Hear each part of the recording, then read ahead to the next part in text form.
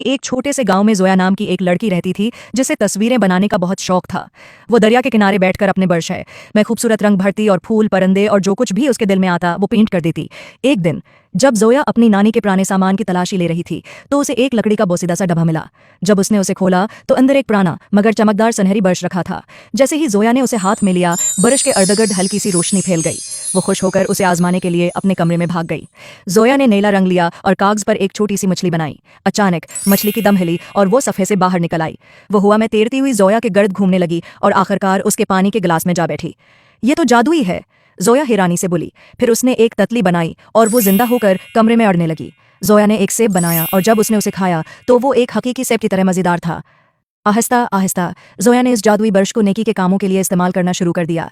वो भूखे लोगों के लिए खाने, बागों में खूबसूरत फूल और अपने दोस्त के लिए एक नया साइकिल बना देती। पूरा गांव उसके हिन्नर का मातरफ हो गया और हर कोई उसके जादुई ब्रश के बारे में जान गया। मगर एक शाम जब जोया दरिया के किनारे पेंटिंग कर रही थी, तेज हुआ ने उसकी स्केच बुक के ओवराक अलट दिए। जोया ने देखा कि उसने कुछ दिन पहले एक नामकमल औषधे ड्रैगन की तस्वीर बनाई थी। अचानक उसके जादुई ब्रश ने खुद ब खुद हरकत करना शुरू कर दी और तस्वीर मुकम्मल कर दी। जैसे ही तस्वीर मुकम्मल हुई, एक बड़ा सब्ज रंग का चमकदार इजदहा कागज से बाहर निकल आया। इसकी आंखों में आग जल रही थी और उसके बड़े बड़े परों ने हुआ में सरसराहट पैदा कर दी। जोया का दिल जोर जोर से धड़कने लगा। अब नहीं, मैंने ये क्या कर दिया। अजदहा जोर से गरजा और पूरे गांव के ऊपर परवास करने लगा। वो शरारत में आग के छोटे छोटे शाले फेंक रहा था और लोग डर के मारे इधर उधर भागने लगे। जोया जानती थी कि उसे अपनी गलती सुधारनी होगी। उसने फौरन अपना ब्रश पकड़ा और आसमान में एक बड़ा सा बादल बना दिया।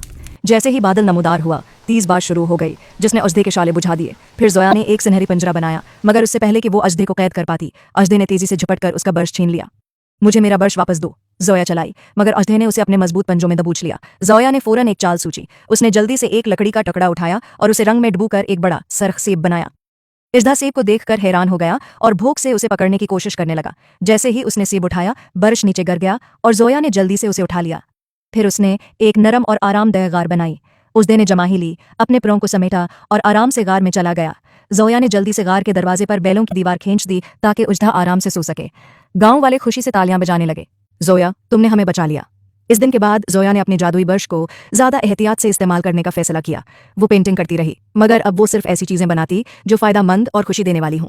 और जहां तक उजदे की बात थी, वो अपनी नरम व गर्म गार में सोता रहा, ख्वाबों में नीले आसमान में अड़ने के मजे लेता। और यूं जोया और उसका जादुई ब्रश हमेशा खुश रहे।